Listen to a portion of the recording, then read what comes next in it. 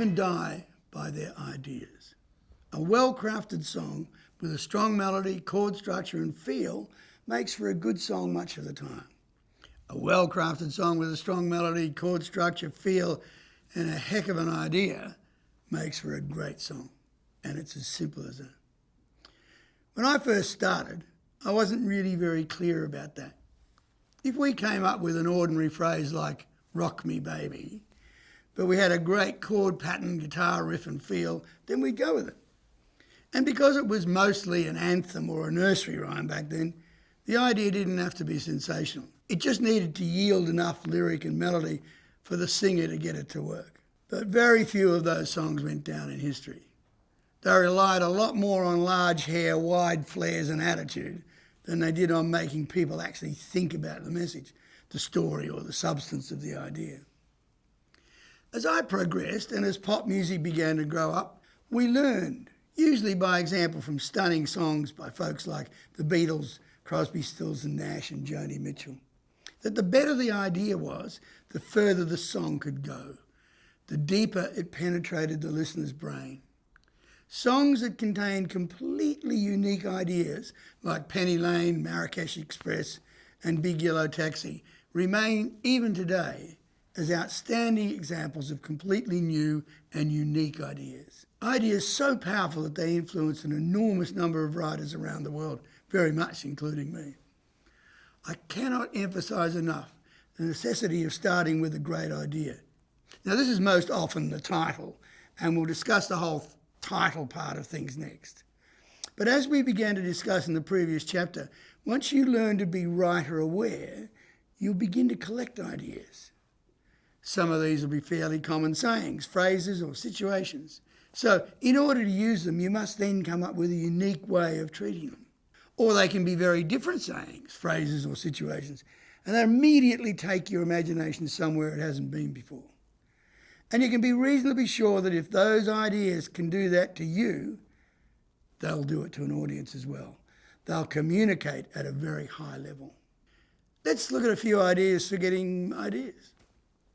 A rich vein of ideas can be mined from headlines, TV news, talk shows, soaps and films. You should learn to look at all of those from a writer's point of view. You may get a possible title, a phrase, a picture or a feeling from any of these that will spark a song.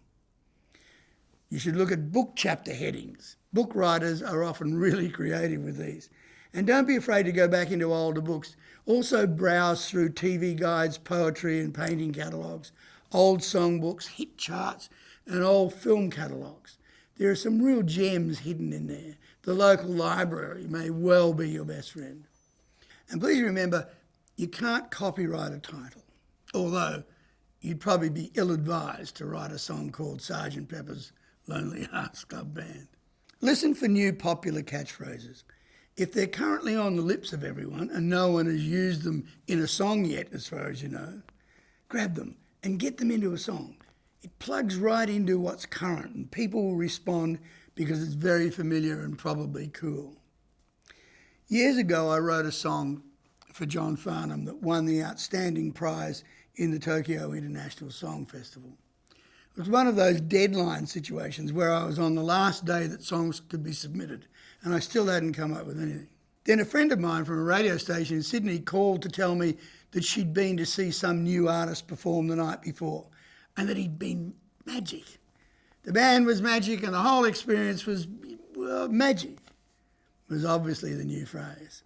I hung up, I had my cool new word. I wrote the song in about 30 minutes. It just sort of fell out of me. The song finished up also being a huge hit for John Farnham in Australia, and it was called Don't You Know It's Magic.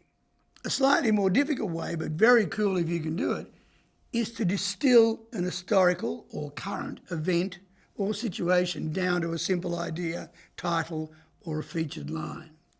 Even though this was a film, I loved the idea of using the ancient historical event, the War of the Roses, as the title of a film about a battling and ultimately murderous couple called the Roses. Lovely. Change very famous proverbs or sayings slightly. A number of years ago, I wrote a song with Larry Henley, who wrote Wind Beneath My Wings. where we altered the very common, well-known phrase, faster than the speed of light, into faster than the speed of love. That simple act gave us a great start to a really neat song. Country music is particularly good at this. Hard way to make an easy living. And the Bellamy Brothers, if I said you had a beautiful body, would you hold it against me? Are pretty corny, I know. But they're perfect examples of taking something really familiar and just changing it enough to make it clever. And this brings me to an important point.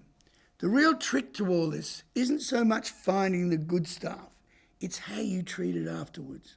If you see something great written somewhere or hear something said that grabs your interest, take it out of where it is. So if the phrase is, "the pleasure is all mine," and it's on a billboard about giving jewellery to someone, completely move it away from that context and make it about some kind of relationship, good, or change mine to yours and make it a sad or angry song.